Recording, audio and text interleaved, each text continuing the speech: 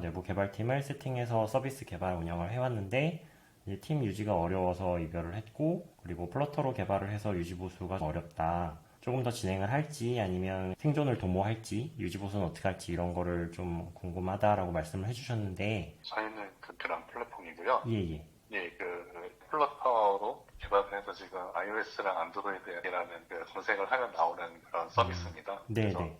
이제 저희가 작년부터 올해 5월까지 개발을 해서 지금 운영을 하고 있고, 네. 그동안은 사실 이제 내부 개발자도 있었고 여러 가지 우여곡절을 많이 겪었습니다. 어쨌든 지금 예. 현재로서는 이제 예. 비용 문제도 있고 개발은 우선 1차적으로는 마무리가 됐고, 예. 현재는 개발팀이 정리를 한 상태죠. 경력이 있으신 외주 개발자분을 이제 계약을 맺어서 개발을 도와주고는 계십니다. 지금 5월에 저희가 출시된 회원수가 지금 한 1000명 정도, 플랫폼 매출은 한 월 300 정도 지금 나고 있습니다. 네. 뭐 마케팅을 저희가 많이 안 한 상황에서 한 300 정도이긴 하지만, 네. 마케팅에 투자를 해서 뭐 한 3만 명 정도의 회원을 확보해야 1000만 원에서 2천만 원 정도 매출과 수익이 날 것 같아서, 네. 현재로서는 좀 수익하지가 안 맞는 상황이죠. 그래서 네.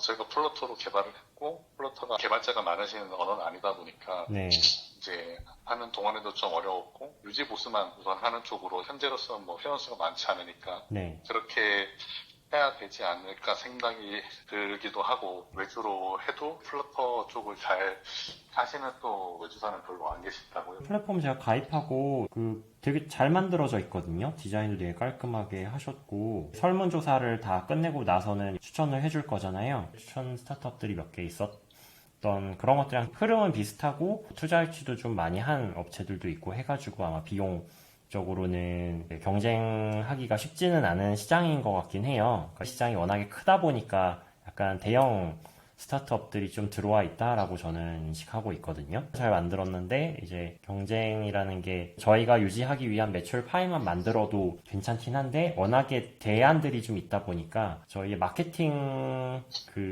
효과가 조금 떨어질 수는 있을 것 같아요.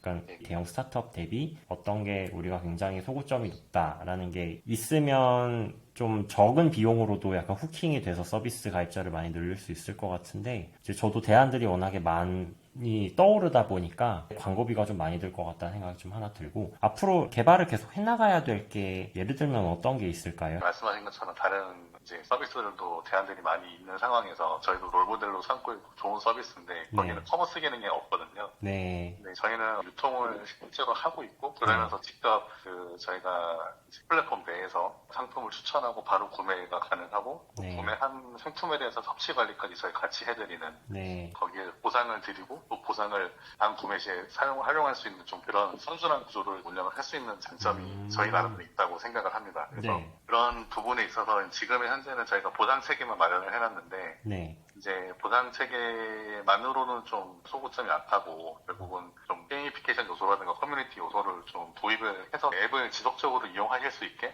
그리고 이용하시면서 보상을 쫓는 게 아니라 이용하다 보면 보상이 같이 쌓이는 그런 개념으로 저희가 지금 좀 방향성을 잡고는 있거든요. 네.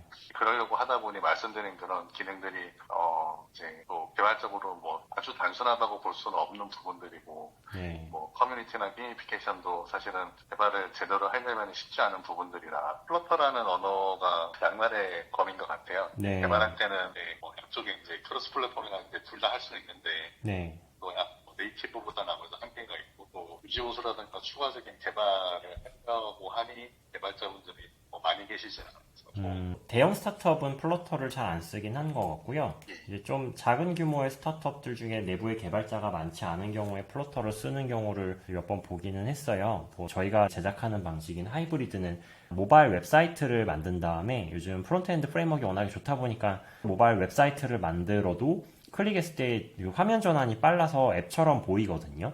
이거를 패키징만 해가지고 출시를 하면은 이게 하이브리드 앱이라고 저희가 부르는데, 플러터나 리액트 네이티브보다 하이브리드 앱 방식이 개발 단가도 좀 낮고, 그러니까 개발 시간 자체가 짧아지고, 개발자 확보하기가 되게 쉬워요. 리액트 개발자는 널렸잖아요. 막 부트캠프에서 쏟아져 나오고 있고, 그 개발자들이 다룰 수 있거든요. 하이브리드 앱은 패키징하는 코드는 네이티브 코드가 조금 있어야 되기는 하는데, UI랑 결제랑 이런 걸 구성하는 건 다 프론트엔드 쪽 코드만, 작성을 해도 대응이 가능한 부분이어가지고 그렇게 저희는 제작을 하고 있고, 지금 바꾸시는 거는 뭐 상황을 제가 잘 모르겠습니다. 앞으로 구현할 게 더 많으면 저는 바꾸는 게 낫다고 생각하는데, 이미 구현한 게 많아서 앞으로 더해 나갈 게 뭐 한 50% 미만이다 그러면은 그냥 지금 유지하는 게 낫긴 하거든요. 플러터 개발자는 앞으로도 뭐 지금보다 채용이 더 쉬워질진 잘 모르겠어요. 개발자 풀이 확 늘고 있지는 않거든요. 리액트는 확 늘고 있습니다. 그래서 채용 측면에서는 자바스크립트 개발자, 그러니까 리액트랑 뭐 저희는 스펠트를 쓰고 있고, 백엔드는 뭐 넥스트.js나 아니면 다른 그 자바스크립트 기반의 프레임워크들도 많이 확장이 되는 추세이기 때문에 언어 자체를 자바스크립트로 가는 게 굉장히 채용이나 아니면 유지보수 측면에서 유리하기는 해요. 다시 만드는 데에는 되게 크게 심사숙고를 해야 되는데, 그 기준은 앞으로 만들 게 더 많냐 아니면 앞으로 만들 게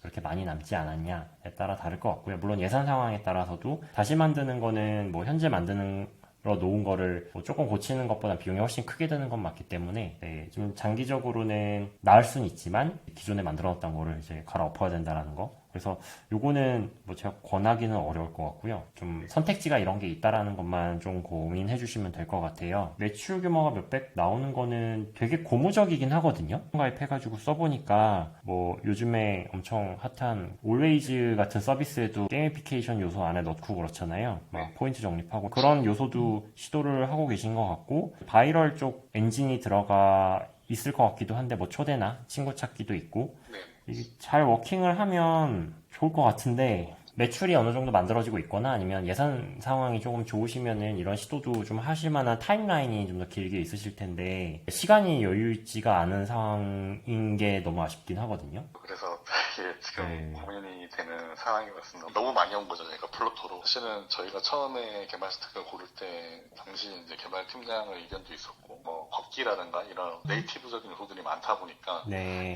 말씀하신 그런 웹앱 방식으로는 한계가 있다라고 얘기를 하더라고요. 그래서 그럼 뭐 플러터로 해보자라고 얘기를 했었고, 그래서 이제까지 왔는데. 네, 하이브리드 앱으로 하더라도 그 필요한 네이티브 쪽 코드는 작성하면 되거든요. 예를 들면 그 뭐 만보개 기능이 혹시 있는 건가요? 네네, 그렇습니다. 그럼 만보개 같은 경우는 자이로 센서 쪽에 이 걸었다라고 인식이 될 때마다 카운팅을 하는 것들은 라이브러리 소스가 뭐 플러터에도 있으셔서 이게 쓰기가 쉽다라고 판단하셔가지고 쓰셨을 텐데, 네이티브 쪽에도 이런 게 다 있어요. 아이폰, 안드로이드 각각 구현해야 되긴 합니다. 네이티브가 필요하면 그냥 네이티브 쪽에서 짠 다음에 웹이랑 연결하면 되거든요. 서버 쪽으로 API 형태로 뭐 만보개 카운팅 일어났다고 쏘든지, 웹 브라우저로 패키징하는 게 그 하이브리드 앱이니까 네이티브 쪽에서 인식한 어떤 센서의 데이터를 이 웹 브라우저 쪽으로 쏴가지고 데이터를 저장할 수도 있어요. 꼭 플러터가 아니었어도, 근데 뭐 이게 정답은 아니니까요. 플러터가 더 쉬울 수는 있습니다. 그래서 아마 그런 의사결정을 하셨을 것 같기는 한데, 네, 스택은 참 이게 어려운 것 같아요. 어떤 게 정답이라는 스택은 없지만 어떤 걸 골랐을 때 다른 걸로 바꾸는 게 이제 굉장히 어려워진다라는 거는 사실이어서, 그리고 비용이 되게 많이 들었을 것 같은데, 내부 개발팀으로 꾸리셨으면 운영 비용이랑 뭐 시행착오랑 이런 것까지 다 하면은 꽤 많은 비용이 들어갔을 것 같기는 하거든요. 결과적으로는 사실 저도 처음에 인썸니아의 견적을 문의를 드렸어요. 그러셨구나. 네네. 유명하시니까 한번 문의를 드렸는데, 감사합니다. 실력 있고 프로젝트를 많이 하시니까 사실 개발사마다 좀 천차만별이긴 했거든요. 지금 와보니까 진짜 말씀대로 좀 MVP답게 차라리 외벽으로 좀 할 걸 그랬나 싶기도 하고, 좀 약간 후회도 되고 지금 고민이 많이 되네요. 요즘은 뭐 토스랑 당근마켓도 새로 구축하는 기능들은 그냥 하이브리드 앱 방식으로 해가지고 그냥 리액트 같은 걸 최적화해가지고 동작 빠르게 하면은 사용자가 느낄 때는 이게 웹인지 앱인지 잘 인식이 안 될 정도거든요. 스마트폰 성능이 많이 좋아지기도 했고, 그래서 하이브리드 앱을 MVP에서만 쓰는 게 아니라 이제 대형 스타트업에서도 이제 본격적인 실서비스 만들 때 하이브리드 앱으로 만들기도 하고, 이제 웹에서도 같이 쓸 수 있으니까 저희 같은 경우는 아예 모바일 웹을 제작을 한 다음에 PC에서도 접근 가능하고 모바일 웹브라우저에서도 볼 수 있고, 패키징하면은 앱스토어에 출시할 수 있고, 원소스 멀티유즈처럼 사용을 하거든요. 고객사도 이제 그게 훨씬 뭐 시장에 접근하기가 좋다라는 거를 뭐 당연히 아시죠. 왜냐면 한번 저희가 구현을 한 다음에 여러 매체에 다 서비스를 할 수가 있으니까. 나중에 뭐 돈이 많아지면 네이티브로 한다, 이것도 몇 년 전 얘기라고 저는 생각하고, 요즘은 하이브리드 앱으로 구현하는 노하우가 충분히 있으면은 굳이 네이티브로 안 만들어도 된다고 생각하긴 합니다. 그냥 UI적인 부분은 뭐 아까 말씀하신 센서 같은 것들이 필요하면 네이티브가 당연히 필요하고, 푸시 수신 부분도 네이티브 쪽으로 구현을 해야 돼요. 그런 거 외에는 UI 쪽이나 뭐 결제나 이런 거를 굳이 네이티브로 할 이유가 많이 없어졌거든요. 아예 그냥 사용자가 느낄 땐 차이가 없어졌어요. 뭐 성능이라도 차이가 예전처럼 났으면은 그래도 네이티브로 하는 게 좋지, 뭐 비용 3, 4배 주더라도 라고 생각을 할 텐데, 지금은 아예 사용자가 느낄 때 이게 네이티브인지 아닌지 인식하기가 어렵거든요. 저는 MVP를 넘어서는 실서비스로 갈 때도 하이브리드 앱이 되게 좋은 선택지라고 생각을 하는 편이긴 하고요. 뭐 너무 잘 만들어진 서비스여가지고 지금 이 상태로 다시 만드는 건 또 아닌 것 같기는 한데, 근데 앞으로 또 구현할 게 많으면은 프로토로 계속 가는 게 맞는지가 좀, 그렇습니다. IR은 잘 안 되셨어요? 뭐 말씀하신 대로 IR 하게 되면은 항상 좀 그런 질문이 많이 있죠. 기존의 플레이어들이 많이 있는데, 네. 너네 차별성이 뭐냐라고 하면, 뭐 아까 이제 설명드린 대로 그렇게 설명은 하지만, 그래서 너네가 지금까지 쌓은 실적이 뭐냐. 그러니까 데이터가 또 있어야지 또 네네. 우리의 이런 어떤 추천 기능이나 게이미피케이션 기능들이 이렇게 효과가 있다는 걸 보여주려면 다운로드랑 나온 게 보여줘야 될 것 같기는 또 하고. 네. 그래서 뭐 닭이 먼저나 달걀이 먼저나긴 한데 맞아요.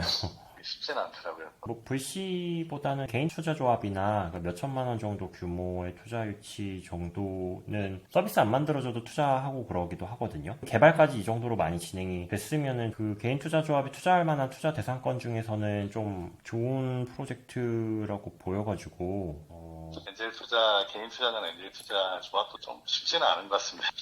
약간 트렌드가 지났다고 보시는 시각도 많이 있으시고 좀 이제 대안들이 있다 보니까 네. 어렵더라고요. 거기에 대해서는 대표님이 많이 트라이를 하셨을 거니까 제가 좀 더 말을 더 보태는 거는 도움이 안 될 것 같아요. 비용을 많이 안 들인 상태로, 그러니까 번레이시 빨리 끝나지 않게끔 이렇게 좀 꾸준히 유지하시는 게, 뭔가를 막 디벨롭하는 것보다는 돈이 안 들어가는 마케팅 좀 트라이 하시면서 그 유튜브 같은 데나 아니면 틱톡이나 타겟이 3, 40대일 거잖아요. 그러니까 네. 3, 40대 여성분들이 네. 계시고요. 저는 개발 쪽에 많이 변화를 주거나 하기보다는 나중에 또 다시 만드는 결정을 하시더라도 돈이 충분하실 때 하셔도 된다고 생각하고, 지금은 기능을 더 많이 넣는 것보다는 유입 자체를 늘리는 게 도움이 많이 될 것 같아요. 회원수가 1000명인데 월 매출 몇백만 원 정도면 저는 좋은 지표라고 생각이 들어서, 이제 유입 자체가 많게끔, 그러니까 뭐 기능적인 거는 뭔가 많이 더하기 전에 일단 지금 기능도 꽤 많이 있는 상태니까 요것들이 문제 없는 사용자 플로우만 나오게만 좀 다듬어진 상태로 그 바이럴 쪽을 유튜브나 틱톡이나 요즘 유행하는 쇼츠나 이런 쪽으로 좀 트라이를 하시고, 크리에이터들에게 하는 컨텐츠 마케팅이 좀 작은 크리에이터부터 시작해가지고 좀 시도해보셔서 ROI가 잘 나오는지. 그래서 전 데이터 만든 다음에 다시 그 엔젤 투자 정도 레벨로나 AC 레벨 정도에서는 어느 수치만 조금 보여주면은 가능할 것 같아가지고, 개발 쪽으로는 지금 되게 많이 되어 있는 것 같아가지고 스택을 바꾸거나 기능을 많이 넣거나 하는 것보단 사용 흐름이 이상한 부분만 잘 고쳐 놓은 다음에 앞쪽 유입을 늘려서 매출이 좀 늘어나게끔 그렇게 하시는 게 좋지 않을까. 컨텐츠들 홈 메뉴에 이렇게 올라가 있는 것들